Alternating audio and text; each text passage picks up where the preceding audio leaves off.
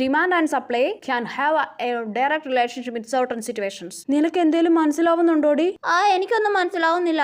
എനിക്കും മിസ്സിന്റെ ക്ലാസ് ഒന്നും മനസ്സിലാവുന്നില്ല അല്ലേടി? അതിനൊക്കെ ഞങ്ങളുടെ മിട്ടു സാറ്, പുള്ളിയുടെ ക്ലാസ് സൂപ്പറാ. മിട്ടു സാറോ? അതാരാ? എടി യൂട്യൂബിൽ മിട്ടു സാറിനെ അറിഞ്ഞൂടെ? ഇല്ല, അറിഞ്ഞൂടാ. ഞാൻ കാണിച്ചു തരാം. ഇതാ നോക്ക്. ഹലോ മക്കളെ, മിട്ടു സാർ എത്തിയിരിക്കുകയാണേ. അപ്പൊ മക്കളെ, ഇന്ന് നമ്മൾ പഠിക്കാൻ പോകുന്നത് ഡിമാൻഡ് ആൻഡ് സപ്ലൈ ആണ് കേട്ടോ. ആതിര സാറേ ഹായ്. ഹായ് ആതിര.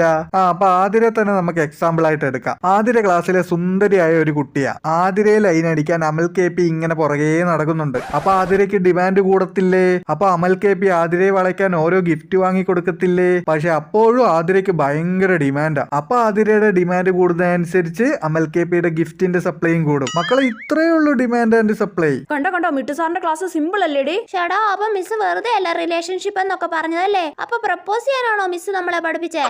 ബെസ്റ്റ്.